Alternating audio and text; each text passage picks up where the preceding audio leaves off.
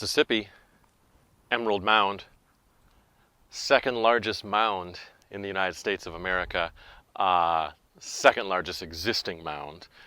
There were probably a lot more mounds of this size or larger that American settlers destroyed in the 1800s. This one's close too. I'm just going to hop the fence. Here we go. Okay, so Mississippians. We haven't really talked about them yet. I just mentioned them in name alone, so let's talk about them a little bit while we ascend the Emerald Mound.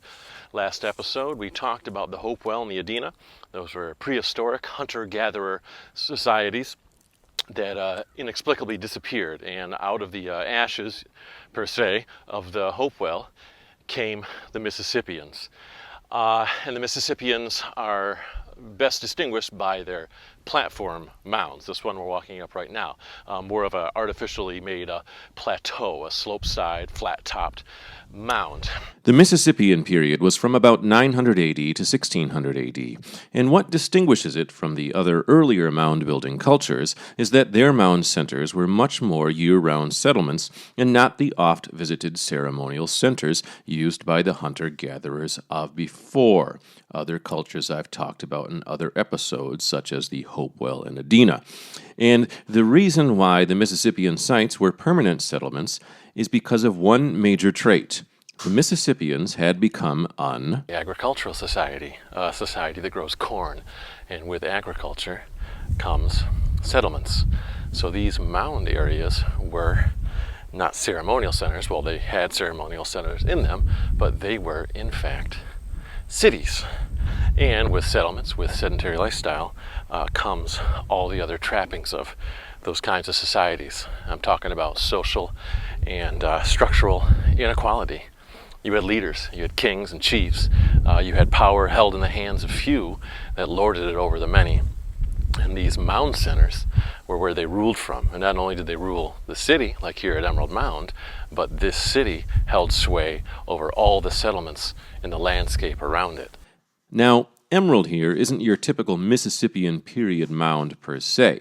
Firstly, when I say Mississippian, I'm referring to the time period and the lifestyle more than the actual people who built this mound and operated here, who in this case here at Emerald were the Plaquemine people.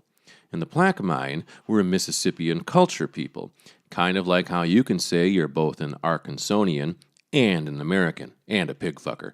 That's how we call these folks both Plaquemine and Mississippian. Except I think being able to say those two latter are a bit cooler titles one can carry than calling oneself an Arkansonian American. One society were the first to conquer and tame the wilds of the continent of North America, and all the latter has tamed is their cousin wives and a stick of butter. But the Plaquemine were very much a Mississippian culture. They enjoyed great wealth, great power, and great influence over what we now call the South. Their territory was one of kingdoms and cities, just not exactly in the way we think of kingdoms and cities today. Kingdoms and cities of an emerging agricultural society which still practiced quite a few of the methods and styles of living of the Neolithic hunter-gatherer they were just before. And for the Plaquemine, and for all Mississippians, with the emergence of complex, evolved, and structured permanent settlements came the need for order, and with the need for order came rule of law, and chiefs and warriors enforcing it. The platform mound at Emerald was the civic and ceremonial center from where, for all intents and purposes, the polity residing here ruled over all outlying settlements. Having to keep the peace in their own communities, as well as competing sometimes violently for dominance with other communities, meant that the Mississippians were a warlike society. They had kings that were almost revered as gods, and they practiced ritual sacrifice, all which sounds really similar to cultures that existed just south of here in the Yucatan Peninsula, like the Maya. And just like the sites of very competitive and sometimes warlike cultures we see just south of here in Mexico, sites like Emerald Mound saw periods of great power and prominence, but also, when these people's power of influence waned, it saw periods of abandonment. In the case of Emerald Mound, its peoples were the dominant culture for the area for centuries, but political upheaval, mostly which is a result of the instability, death, and disease the Native American cultures experienced during the early days of European exploration and conquest, the Plaquemine people chose to abandon Emerald Mound and its other large cities and settlements. They disappeared. They abandoned these large cities like here at Emerald Mound in favor of living in smaller and more dispersed settlements. And it was at one of those settlements here at Grand Natchez Village in Natchez, Mississippi. Here we have it. This is kind of the end of the line for the Mississippian culture. The Natchez people lived here. They were very late era Mississippian peoples. They are the people that moved on to other sites after abandoning places like Emerald Mound in favor of smaller towns, smaller settlements. The chief lived here atop the Temple Mound over there. He still ruled over the area. They were still holding on to the traditions and the practices of the Mississippians, but it was very much society in decline. But what is of particular significance is it's the only mound building peoples that us white folks encountered, because it was in the 1500s when notorious asshole and conquistador Hernando de Soto landed here and met the Natchez.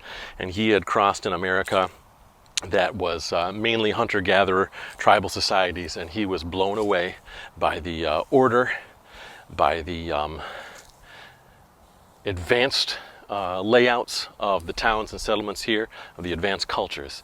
And when he was amazed and impressed with these peoples, he did what any conquistador would do. He tried to conquer them for fictitious gold that wasn't even here. He didn't succeed, but he did leave behind a little thing called smallpox when he left.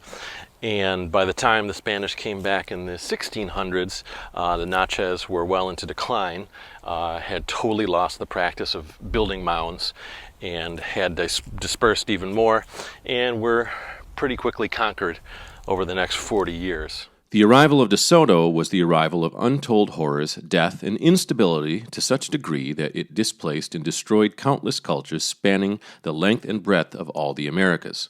But it is a dreadful irony that some of our best understandings of the mound-building peoples, a people with no written language and only oral traditions, whose historians and story keepers were wiped out by our ancestors, come from the very fact that the visiting Europeans kept notes about what they saw.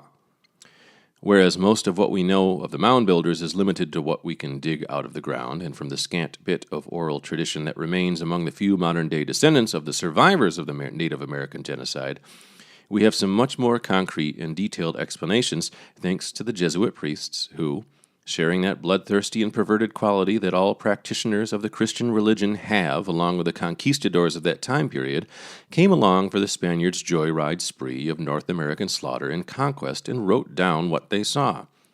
The priests who accompanied De Soto described seeing mighty cities built around these mound centers of the American South and Southeast. They saw firsthand the homes of priests and kings that were built atop the platform mounds, and they specifically described the Natchez of Mississippi as worshippers of a sun god. Their chief, who wielded absolute power over his own settlement as well as all other outlying settlements, would greet each day atop the highest platform mound with a ritual invocation of the rising sun, giving thanks to the sun, blowing tobacco smoke in the 4 cardinal directions. This is a first-hand glimpse into a fascinating blend of mathematics and spirituality that is the providence of the ancient cultures of the Americas.